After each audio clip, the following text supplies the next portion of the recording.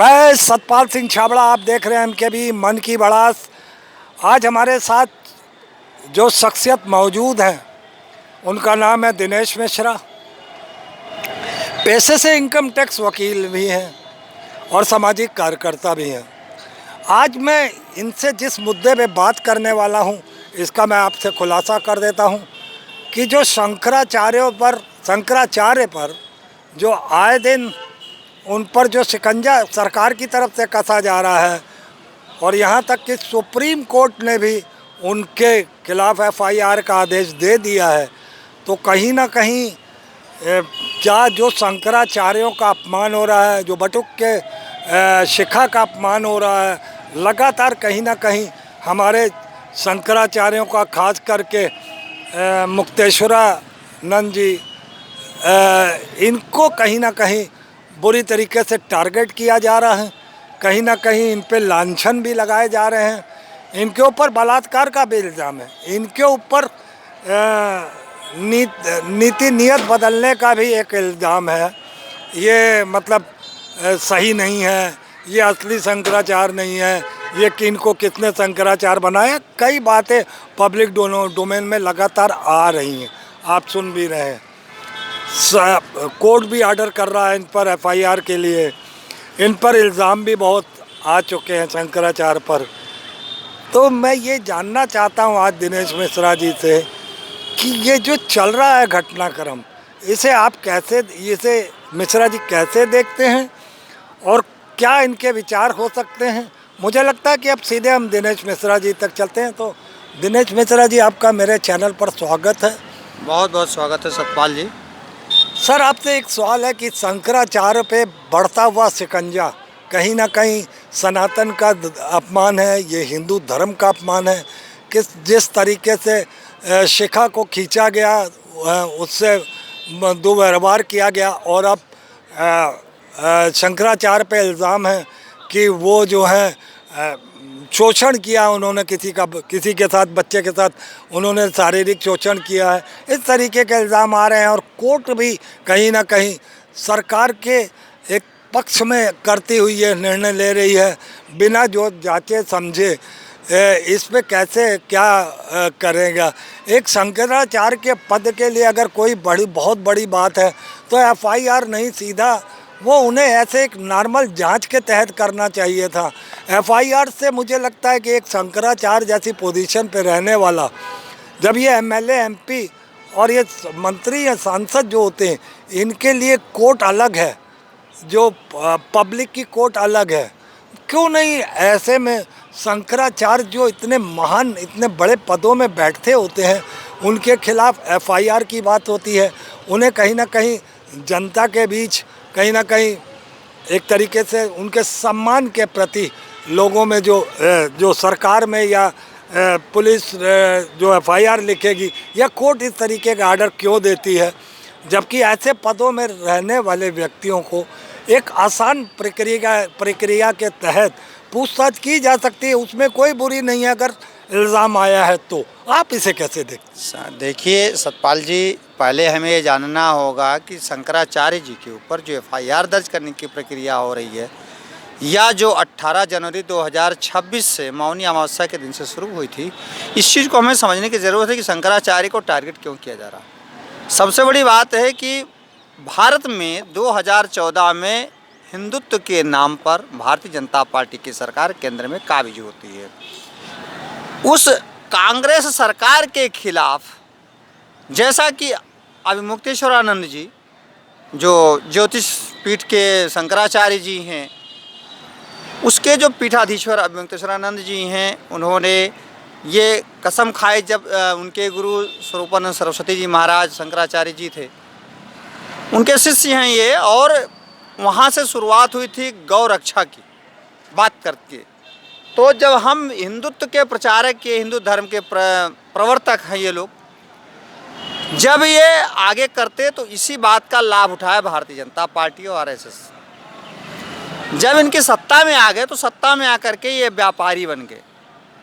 इन्होंने गौमांस का निर्यात बढ़ा दिया, गौमांस का कारोबार करने वाली कंपनियों से पॉलिटिकल चंदा भी लिया, इस चीज़ का जब अब मुक्तेश्वरानंद जी ने देखा तो उन्होंने कहा कि भाई ये ठीक नहीं है। आप सत्ता में आए, आप 9-10 साल 11 साल हो रहे हैं, उत्तर प्रदेश में 9 साल हो रहा है या 12 साल हो रहा है केंद्र में, तो इन्होंने अपनी तेज की भाई आखिर कब गौ रक्षा का की बात कब करोगे आप।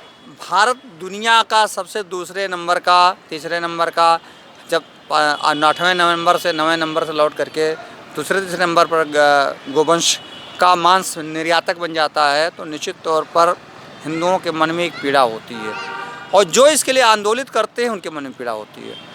हम अन्य जानवरों के मांस के निर्यात आयात पर हम नहीं बात करते, लेकिन गाय को हम इसलिए करते हैं, गौ हमारी माता इसलिए है कि गौ के गोबर से घर में खाने बनते हैं, सफाइयाँ होती हैं, लिपाई पुताई होती है, जर्स मरते हैं, उससे शुभ माना जाता है उसे।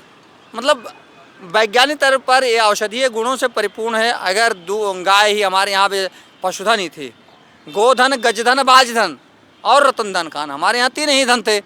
गोधन, गज माने घोड़ा, और गजधन बाजधन, बाज माने हाथी, बाज माने घोड़ा, गज माने हाथी, ये 3 ही धन थे हमारे यहाँ। लेकिन घोड़े से हम सामान लाते ले जाते, ये होता हाथी से ले जाते, लेकिन गाय एक परिपूर्ण है जिसका दूध पी लेने मात्र से ही आपको भोजन की आवश्यकताओं की नहीं पड़ेगी, पूरे संपूर्ण शरीर का पूर्ति हो जाती है, कहीं ना कहीं वो पूर्ति हो जाती है। तो इसलिए गौ को गौ माता कहा गया है। अब गौ माता का जब संरक्षण नहीं हो रहा है और उत्तर प्रदेश में माननीय मुख्यमंत्री योगी आदित्यनाथ के आने के बाद में जिस प्रकार से गौ वंश को पालने में कठिनाई किसानों को पैदा की गई कि आप गोवंश को बेच नहीं सकते, आप गोवंश को छोड़ नहीं सकते, तो आप बताइए गांव का जो व्यक्ति गाय पाल रहा है उससे पैदा होने वाले बछड़े को अगर वो छोड़ दे रहा तो वो बछड़े जा कहाँ रहे हैं। कहीं ऐसे गौशालाओं में बछड़े दिखते नहीं हैं, गौवंश दिखते नहीं हैं, तो वो बछड़े कहाँ जा रहे हैं। तो उन बछड़ों का उत्तर प्रदेश से जितना भारत का पूरा गोवंश का निर्यात है, गोमांस का, उसमें 40% अकेला भाग उत्तर प्रदेश कर रहा है। स्वाभाविक है, चूँकि बड़ा राज्य भी है। अब आम बात आते हैं, आप मुक्तेश्वरानंद जी की बात कर रहे हैं। आप देखेंगे हमेशा से माघ के महीने में कभी अर्ध कुंभ, कभी पूरा कुंभ, मतलब 12 वर्षीय कुंभ, पूर्ण कुंभ, या हर माघ का महीना जो होता है वो पूजा पाठ की दृष्टि से अच्छा माना जाता है। और हमेशा से प्रयागराज में गंगा के तट पर, त्रिवेणी के तट पर मेला रहता है और 45 दिन के करीब जो है वहाँ पर ग्रामीण भी और साधु सन्यासी दुनिया भर के जितने भी हैं वो लोग आकर के कल्पवास करते हैं, पुण्य का लाभ लेते हैं। उसमें कुछ विशेष खास दिन है जहाँ पर स्नान हुआ करते थे और शाही स्नान हुआ करते थे, जिसमें उसकी पायलटिंग, जितने भी अखाड़े होते थे, जितने भी शंकराचार्य होते थे, सबको नहलाने की जो प्रक्रिया अखाड़े निकलते थे, उन सबकी पायलटिंग कौन करता है? उत्तर प्रदेश सरकार के पुलिस विभाग करता है, गृह विभाग करता है।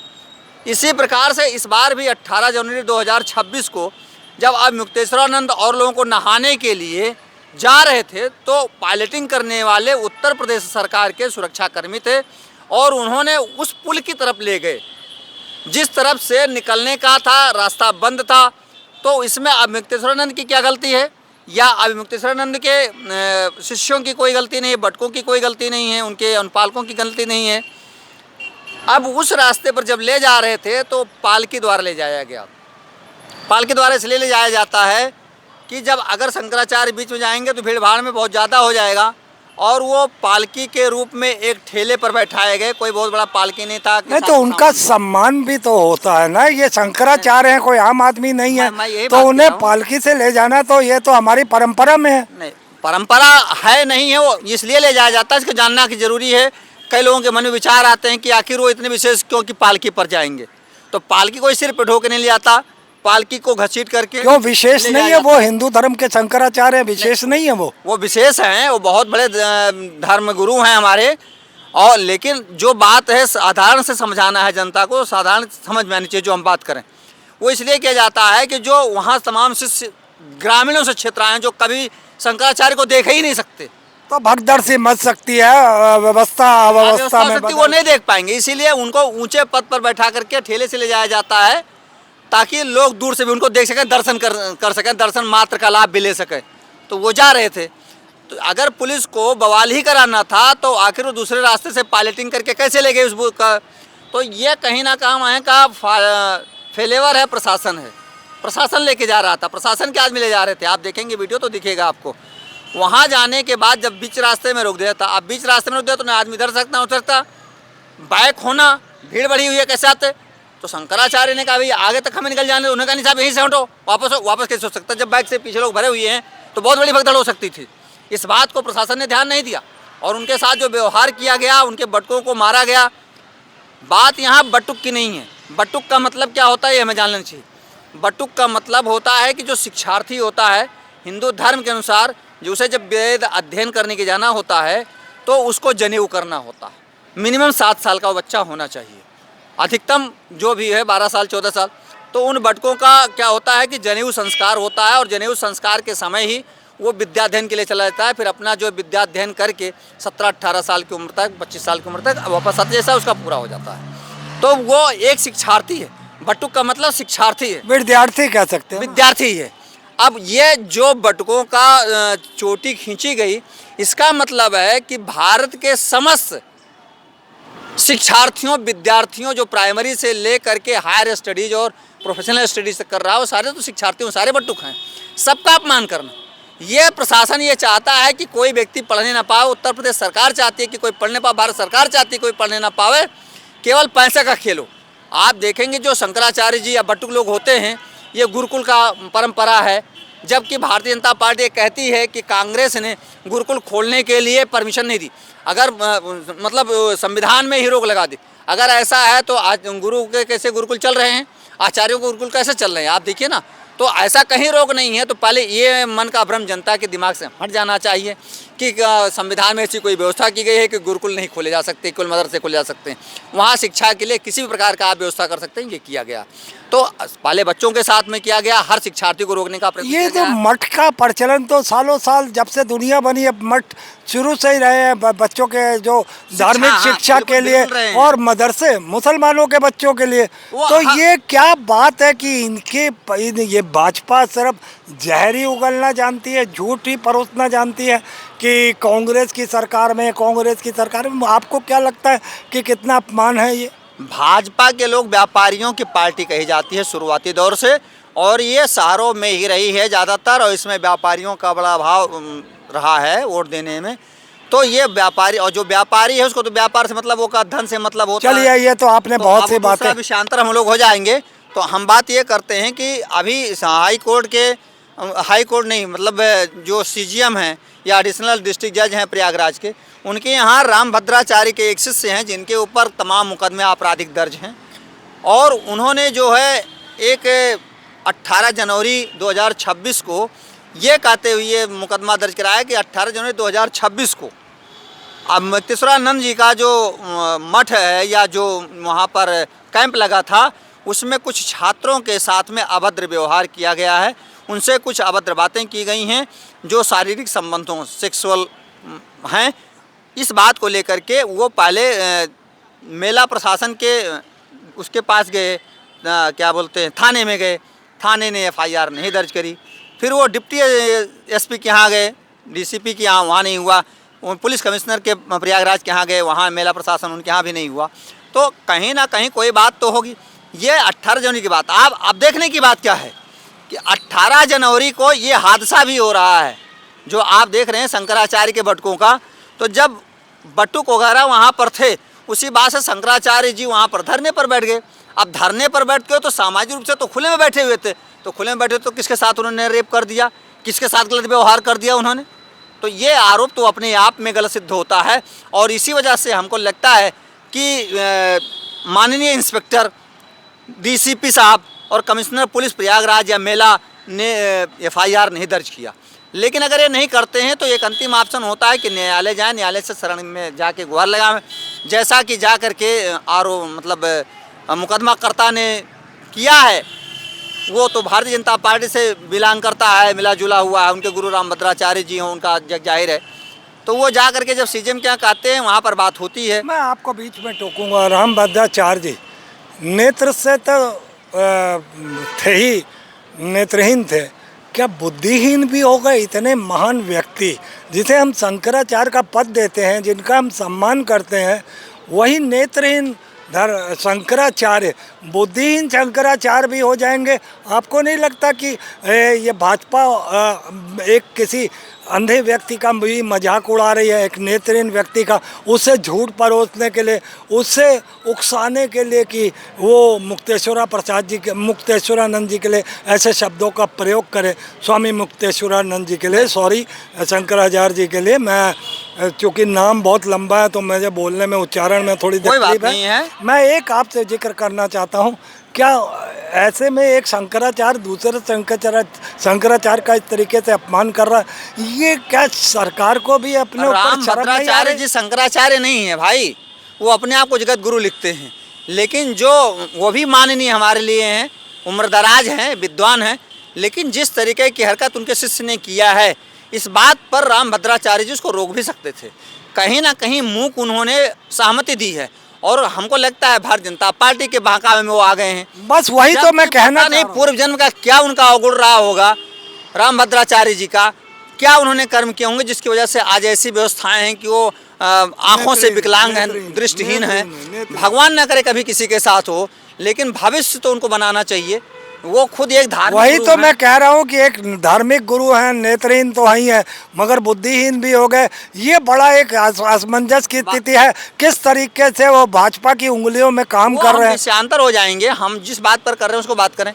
आप देखें, अब मुक्तेश्वरानंद जी जो हमारे शंकराचार्य जी हैं, बहुत बड़ा पद है।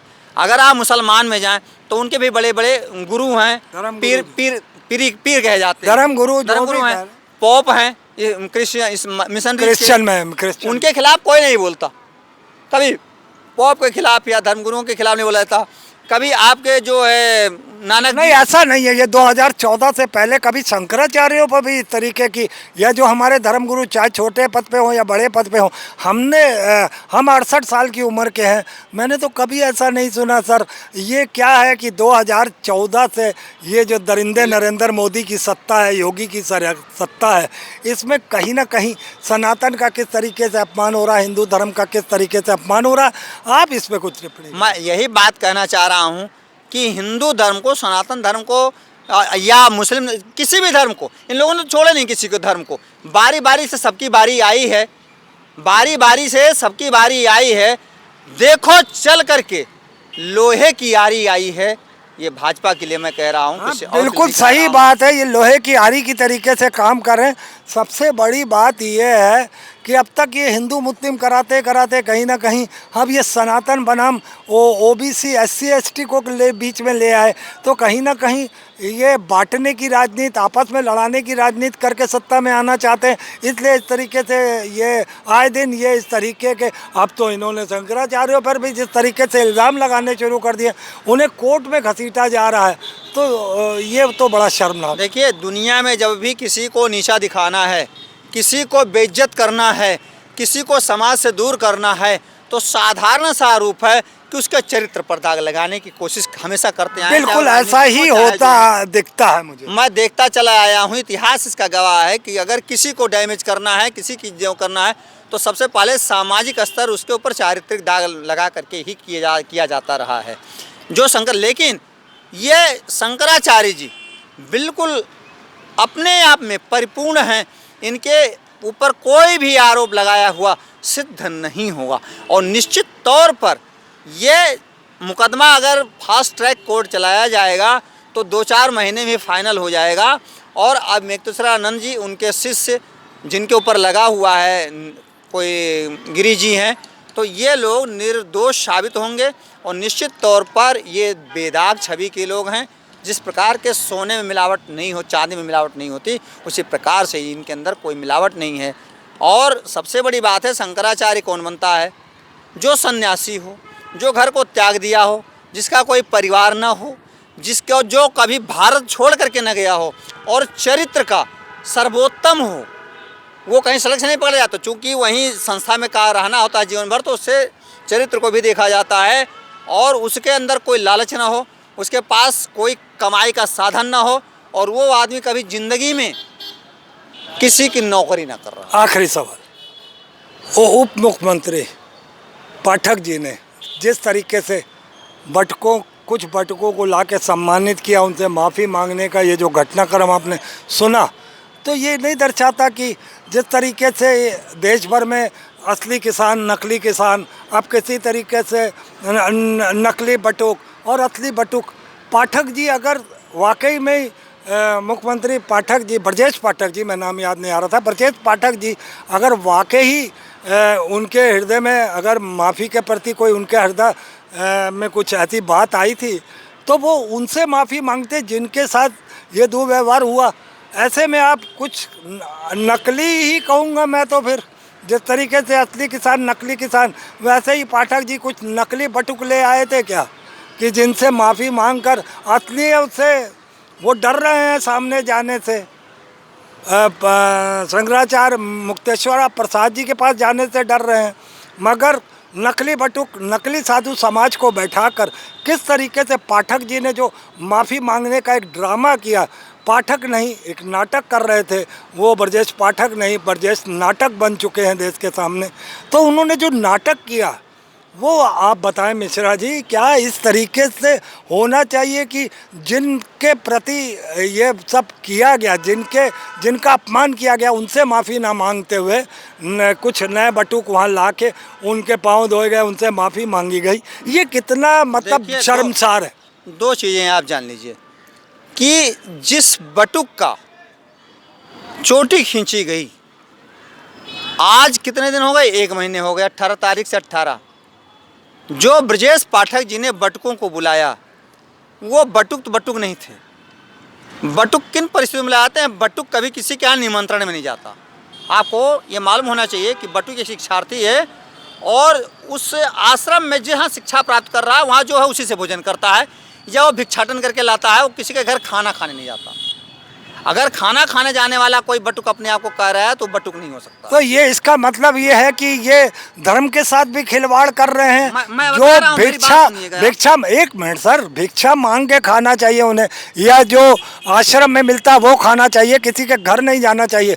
तो इस भाजपा सरकार ने पूरे धर्म का ही सत्यानाश कर दिया इस तरीके से कि वो एक मुख्यमंत्री पद पे या उप मुख्यमंत्री पद पे और उन्हें अपने निवास स्थान पर बुला के किस तरीके से अपमानित करना। हालांकि ये मेरी जानकारी में नहीं है, मैं आपको दिनेश मिश्रा जी साफ साफ बता दूं, आपकी कहाँ से जानकारी है, वो कहाँ गए ये मुझे नहीं मालूम है, मगर जितना मुझे मालूम है कि किस तरीके से असली बटुक और नकली बटुक को दिखाया गया है, वो आप बड़ा शर्मनाक। ये बटुक बटुक शब्द किया जा रहा है मीडिया द्वारा, भाजपा डैमेज कंट्रोल करने के लिए, हिंदू वोटों को रोकने के लिए, ब्राह्मणों को रोकने के लिए, जिस प्रकार से ब्राह्मणों ने इस पर मोर्चा खोल दिया है और सारा हिंदू शंकराचार्य जी के साथ है। शंकराचार्य के साथ तो हिंदू नहीं, मुसलमान, सिख, ईसाई सारे लोग हैं उनके साथ लगे हुए हैं। ज़रूरत पड़ेगी तो पोप भी उनका साथ देंगे, क्योंकि वो धर्मगुरु हैं। सबको अपने धर्म, और सब लोग कहते हैं कि जो जिस धर्म का है वो अपने अपने कम्युनिटी का वो करे बढ़िया से, कोई व्यवहार गलत ना हो। तो मैं आपको बता रहा हूँ जो ये अभी उनको बात कर रहे हैं ब्रजेश पाठक जी को कि जो बटुक लेकर के आए, वो बटुक किस प्रकार के हैं मैं बता दूं। हमको लगता है, ज़रा पता करिएगा कि 18 तारीख को ब्रजेश पाठक जी के किसी रिलेटिव का घर में, जैसे माँ बाप या कोई होगा, उनका कोई ना कोई वार्षिकी रही होगी। जैसे लोग मर जाते हैं ना, तो उनका जो है हर साल एक बरसी होती है, तो उस बरसी में कहीं ना कहीं इन जो तथाकथित बटुकों, ये शिक्षार्थी हैं, ये जैसे आप जाएंगे तो शिक्षा, वो भारत क्या बोलते हैं, संस्कृत संस्थानम गोमती नगर में है, यूनिवर्सिटीज़ है संस्कृत की, उसमें तमाम बच्चे पढ़ते हैं, वहाँ के हॉस्टल में रहते हैं। और तमाम ऐसे भी यहाँ गुरुकुल टाइप के चलाए जाते हैं। जैसे आप हनुमान सेतु जाएंगे तो हनुमान सेतु में विद्याध्ययन बच्चे करते हैं, या बहुत सारे ऐसे बच्चे हैं गरीब घर के, वो आते हैं, केवल वो पूजा पाठ करना सीखते हैं और उसके बाद वो चले जाते हैं। तो ये पूजा पाठ करने के लिए जो सीखने वाले बच्चे आए हैं, उनको इन्होंने अपने यहाँ 101 ब्राह्मणों को अपने पिताजी के निमित्त, बार्षी के निमित्त, हमको लगता है, या जो उनके परिवार के लोग होंगे जिनकी बरसी रही होगी, उनके निमित्त बुला करके उनको भोजन कराना था, उनको दक्षिणा देना था, और उसको उन्होंने बटुक शब्द जोड़ दिया ताकि लोगों को लगे, क्योंकि ब्रजेश पाठक को टिकट अब की बार नहीं मिलना है भारतीय जनता पार्टी से, वो अगले बार उप मुख्यमंत्री भी नहीं रहेंगे। तो ऐसे में डैमेज कंट्रोल के लिए, ब्राह्मणों से को दिखाने के लिए उन्होंने बटुक कह दिया, जबकि अपने परिवार की बरसी पर भोजन खिलाने का जो एक परंपरा हमारे यहाँ है, वो उन्होंने कार्यक्रम किया है और उसको बटुक शब्द जोड़ दिया है, जो उचित नहीं है, नहीं करना चाहिए उनको। लेकिन अगर ब्रजेश पाठक वास्तव में चाहते तो वो गुरु शंकराचार्य जी के पास जा करके माफ़ी मांग सकते थे, उस बच्चे के पास जाके माफ़ी मांग सकते थे, फ़ोन करके माफ़ी मांग सकते थे। ऐसा उन्होंने नहीं किया है। वो इसलिए नहीं किया गया है कि गुरु शंकराचार्य को कैसे रोका जाए, उन्हें कैसे नीचा दिखाया जाए, हिंदू धर्म को नीचा दिखाया जाए, और उसके लिए ब्राह्मणों का चुना जाना आवश्यक था। तो इसलिए योगी आदित्यनाथ तो बदनाम हो ही रहे हैं। भाजपा इसलिए मजबूर है कि योगी आदित्यनाथ भाजपा के मेंबर नहीं थे, 2 बार मुख्यमंत्री बने, इसलिए भाजपा अनकंट्रोल्ड है, योगी आदित्यनाथ अनकंट्रोल्ड हैं। वो भाजपा का तवज्जो नहीं दे रहे हैं। और भाजपा के जो मेन मुखिया JP नड्डा हैं, अमित शाह हैं और नरेंद्र मोदी जी हैं, इन लोगों के साथ ऐसा व्यवहार हो रहा है कि ये कुछ बोल नहीं रहे हैं। लेकिन हमको लगता है जो FIR दर्ज हो रही है, इसमें कहीं ना कहीं केंद्र सरकार भी लगी हुई है कि किसी प्रकार से डैमेज किया जाए इनको, शंकराचार्य को, चूँकि पूरे भारत में थू थू हो रही है। और अभी 2-3 राज्यों के, आसाम, बंगाल के इलेक्शन भी हो रहे हैं। तो ऐसी स्थिति में वोट कटने के डरे हैं, इस वजह से केंद्र सरकार बोल नहीं रही है। लेकिन उसका भी पूर्ण कहीं हाथ इस कंट्रोल में है, उनके ऊपर FIR दर्ज कराने। तो ये थे दिनेश मिश्रा। जैसा कि आपने जाना कि किस तरीके से शंकराचार्य का अपमान हुआ, बटुकों का अपमान हुआ। दिनेश मिश्रा जी ने बात बहुत अच्छी कही कि इसमें कहीं ना कहीं और धर्मगुरु भी आने की संभावना है। तो मैं अपने चैनल के माध्यम से ईसाई धर्मगुरुओं से, सिख धर्मगुरुओं से, जिस जाति का मैं हूं, और मुस्लिम धर्मगुरुओं से भी मैं आग्रह करना चाहूँगा कि आप जैसे धर्मगुरु हैं, ये हिंदू धर्मगुरु हैं, शंकराचार्य हैं हमारे, तो आप इनके पक्ष में आइए और इनका समर्थन करिए। जिस तरीके से भाजपा सरकार किसी भी धर्मगुरु का सम्मान नहीं करती है, ये सबको भली भांति से मालूम है। मगर आज ये जो गाज गिरी है हिंदू शंकराचार्यों पे, हिंदू धर्म के शंकराचार्यों पर, उनके पंडितों पर, उनके बटुकों पर, उस पर आके कहीं ना कहीं अपनी कोई प्रतिक्रिया दें, समाज के सामने आएँ और भाजपा को एक्सपोज करें। आज का ये वीडियो मैं यहीं समाप्त करता हूँ। नमस्कार।